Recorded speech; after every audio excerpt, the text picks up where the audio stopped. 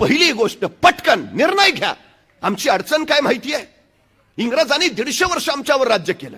त्यांना मालक बनून राहायचं होतं, आम्हाला गुलाम बनवायचं होतं. म्हणून मॅकॅलोने जी शिक्षण पद्धती बनवली तीच मुळात गुलाम बनवणारी. या शिक्षण पद्धतीमध्ये निर्णय क्षमता नावाचा प्रकारच अस्तित्वात नाही. आमची मुलं निर्णय घेऊ शकत नाहीत. आमच्याकडे निर्णय कसा घ्यावा याचं नियोजन शिक्षण दिलंच जात नाही. ही आमची सगळ्यात मोठी अडचण आहे. सगळ्यात मोठी ही निर्णय क्षमता आमच्या पोरांच्यात पेरायला सांगा. सगळ्यात महत्वाची गोष्ट निर्णय क्षमता रुजवायला शिकवा. याचं कारण असं, जी माणसं पटकन निर्णय घेतात ती माणसं पटकन पुढे जातात.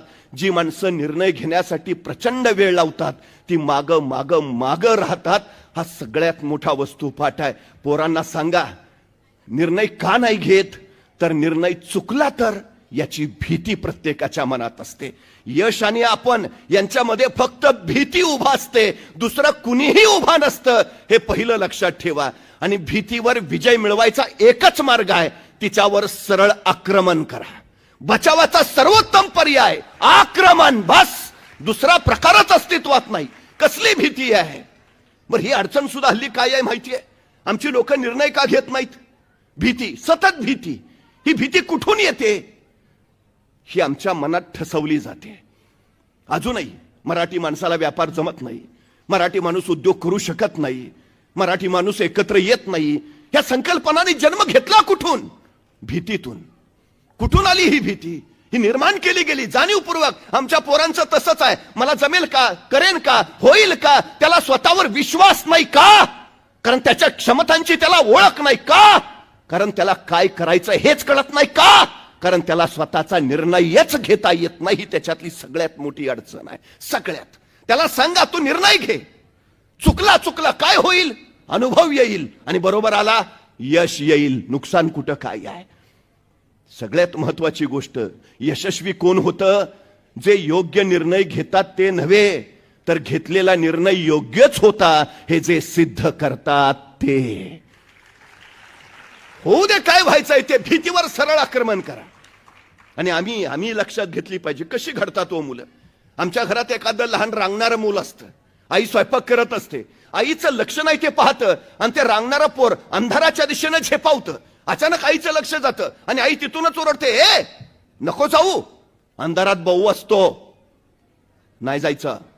ते पोर तिथंच थबकतं. आई परत स्वयंपाकाला लागते. आईचं लक्ष नाही बघून ते पोर परत अंधाराकडे झेपावतं. त्याला कुतूहल आहे. उजेडात काय आहे त्याला कळतंय, अंधारात काय आहे त्याचं कुतूहल आहे. ते झेपावतं. धाडस जन्मजात त्याच्यात आहेच. तुम्ही कधी बघा, मोठा माणूस ज्वाळा कधीच हातात धरणार नाही, पण लहान मुलं कुठलाही विचार न करता जाळ हातात धरतात. कारण धाडस नैसर्गिक आहेच त्याच्यात. आईचं ऐकून ते परत थबकतं. पण परत आई स्वयंपाकाला लागते आणि आईचं लक्ष नाही बघून ते रांगणारं पोर परत अंधाराकडे झेपावतं. मग मात्र आई पाहते, संतापते, उठते, त्या पोराला उचलते आणि लांब नेऊन ठेवते. सांगते, सांगितलं ना नाही जायचं, अंधारात भाऊ असतो, नाही जायचं. त्या मुलाच्या अर्धजागृत मनावर कायमचा संस्कार होतो, अंधारात भाऊ असतो. पट्ट्या पुढं 2 पोरांचा बाप झाला तरी अंधारात जात नाही. मला सांगा, एवढ्या संख्येनं तुम्ही बसलाय, कधी कुणी भाऊ बघितलाय का? मग नसलेला भाऊ का डोक्यात घेता?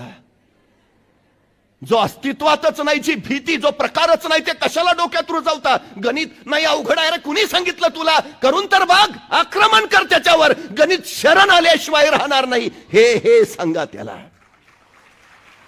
अडचणीचं काय आहे? अशक्य हा शब्द फक्त मूर्खांच्या शब्दकोशात असतो, शहाण्यांच्या नव्हे. हे पहिलं लक्षात घ्या. जमत नाही, जमणार नाही, होणार नाही, ही कारणं देणं ही यशस्वी माणसाची कामच नव्हेत. जी कारणं देतात ती यशस्वी होत नाहीत आणि जी यशस्वी होतात ती सबबी कधी सांगत नाहीत. ही पहिली गोष्ट लक्षात घ्या, सगळ्यात महत्वाची. स्वामी विवेकानंद एका मंदिराच्या पायऱ्यावरनं मंदिराकडे जात होते. अचानक समोरून त्यांच्याकडे माकडं धावत यायला लागली, अंगावर यायला लागली. तशी स्वामीजी भ्याले, वळाले आणि सरळ पळायला लागले. तोपर्यंत एक साधू कडाडला, ए थांब, पळतोस कुठं? सामोरं जा, त्यांना सामोरे जा. विवेकानंदांनी साधूंचं ऐकलं आणि ते सरळ वळले आणि माकडांच्या दिशेनं दमदार पावलं टाकत निघाले. स्वामीजी आपल्याकडे येत आहे ते बघितलं आणि ती माकडं सरळ पळून गेली. स्वामी विवेकानंद सांगतात, संकटांना घाबरून जर तुम्ही पळून गेलात तर संकट तुमच्या मागे येत राहतील, पण संकटांना तुम्ही दमदारपणे सामोरं गेलात तर संकट तुमच्यापासून पळून जातील. ज्या गोष्टीची भीती वाटते ना त्या गोष्टीवर सरळ आक्रमण करा. सगळ्यात महत्वाची गोष्ट आहे सरळ. कारण भीती गेल्याशिवाय तुम्ही विजय मिळवू शकत नाही, ही पहिली महत्वाची गोष्ट आहे, सगळ्यात महत्वाची. मासाहेब जिजाऊनी शिवरायांवर कसा संस्कार केला? 40,000 फौजांशी अफजल खान चालून आलाय. तो अफजल खान ज्यांनी शहाजीराजांना कैद केलं, तो अफजल खान ज्यांनी मासाहेब जिजाऊंचे थोरले पुत्र संभाजीराजांना कनकगिरीच्या वेड्यात ठार मारलं, तोच अफजल खान आता भोसले कुलवंशामध्ये एकुलत्या एक राहिलेल्या शिवरायांवर चालून आला. काय अवस्था असेल एकाईची, एकुलता एक पोर, आणि त्यालाही मारायला हा अफजल खान येतोय. काय म्हटल्या मासाहेब त्यावेळी महाराजांना, राजे एवढी वेळ दुसऱ्या कुणाला पाठवलं तर नाही का जमायचं? नाही, एकुलते एक तुम्ही, तुमचंच काय बरं वाईट झालं तर म्हातारपणे आम्ही कुणाच्या तोंडाकडे बघावं? काय म्हटल्या मासाहेब, जाऊ नको नको दुसरं काय काय? ज्यावेळी राजे आशीर्वाद घ्यायला आले त्यावेळी मासाहेब म्हणाल्या, राजे त्या खानाचा हिसाब चुकता करा, आम्हाला खान हवाय राजे, जिवंत वा मेलेला. पण त्याच वेळी आशीर्वाद घेताना राजे मासाहेबांना म्हणाले, मासाहेब खान बलाढ्य, यदा कदाचित खानाच्या तावडीतून आम्ही जिवंत परतच नाही आलो तर तशी ते सौदामिनी कडाडली, राजा नाहीच परत आला तर ही जिजाऊ समजून जाईल आम्ही पहिल्यापासूनच निपुत्रिक होतो म्हणून. मेलात तरी चालेल, जा. हा संस्कार आहे. घाबरू नकोस, भीती बाजूला काढ, जा, मेलास तरी चालेल. त्यातून शिवराय घडलेत, त्यातून. पण तरी हे सांगितल्यावर मासाहेब काय म्हणतायत माहिती आहे? आणि ध्यानी घ्या राजे, विजय तुमचाच आहे, आम्ही तुमची इथंच स्वागताला वाट पाहतो आहोत. काय विश्वास आहे हो, काय विश्वास! आमच्या पोरांच्या मध्ये हा आत्मविश्वास भरा ना. आत्मविश्वास कधी निर्माण होतो माहितीये? स्वतःच्या क्षमतांची जाणीव झाल्यावर. क्षमता प्रत्येकाच्या अंगी असते, फक्त क्षमतेचं पात्रतेत रूपांतर करता आलं की मग योग्यता कमावता येते. आमच्या पोरांना जाणीव करून द्या, त्याच्यात काय आहे, सगळं आहे त्याच्यात, काही नाही असं अजिबात नाही, हे पहिलं लक्षात घ्या. सगळं आमच्यात आहे. एक गोष्ट तुम्ही वारंवार ऐकली असेल, हत्तीचं पिलू माहूत त्याला लोखंडी साखळदंडाने बांधून ठेवतो. ते हत्तीचं पिलू सुटायचा प्रयत्न करतं, निसटायची कोशिश करतं, सगळी शक्ती लावतं, थकतं, दमतं, पण लोखंडी साखळदंड त्याला तोडता येत नाही. शेवटी ते थकून म्हणतं, साखळदंड तोडणं शक्यच नाही, आपण इथून निसटूच शकत नाही. तेच हत्तीचं पिलू पुढं बलाढ्य होतं, अफाट ताकदीचं होतं, मोठमोठाले वृक्ष स्वतःच्या सोंड्यानं उन्मळून टाकतं. पण या बलाढ्य हत्तीला माहूत कधीच साखळदंडाने बांधून ठेवत नाही. तुम्ही कधीही मोठा हत्ती बघा, त्याच्या पायात साखळी फक्त सोडलेली असते, बांधलेली नसते. कुणीतरी माहूताला विचारतो, एवढा बलाढ्य हत्ती तुम्ही त्याला बांधून ठेवत नाही? तसा माहूत म्हणतो, मी त्याला बांधायची गरजच नाही, कारण हत्तीनं स्वतःला बांधून घेतलंय, आपण इथून निसटू शकत नाही. आमच्या पोरांचं होतं काय माहितीये?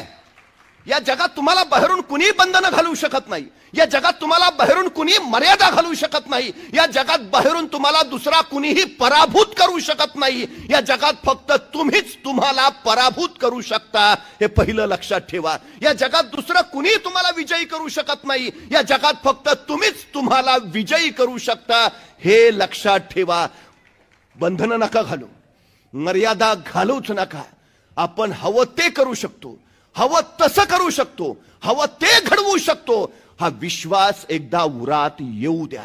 सगळ्यात महत्वाचं आहे ते सुरुवात करा. जे काही करायचंय सुरुवात करा. रिंगाळत बसायचं नाही, पटकन निर्णय घ्यायचा आणि कामाला लागायचं. तुम्ही चंद्रयान मोहिमेबद्दल ऐकलंय, मला एका प्रश्नाचं उत्तर द्या. चंद्रावर पहिलं पाऊल कुणी ठेवलं? नील आर्मस्ट्रॉंग. पण खरंच नील आर्मस्ट्रॉंगच चंद्रावर पहिलं पाऊल ठेवणार होता का? याचं उत्तर आहे नाही. चंद्रावर पाऊल ठेवणार होता एडविन सी अल्डारिन. तो अपोलो यानाचा प्रमुख पायलट होता, तो अमेरिकेचा वैमानिक होता, स्पेस वॉकिंगचा त्याला अनुभव होता.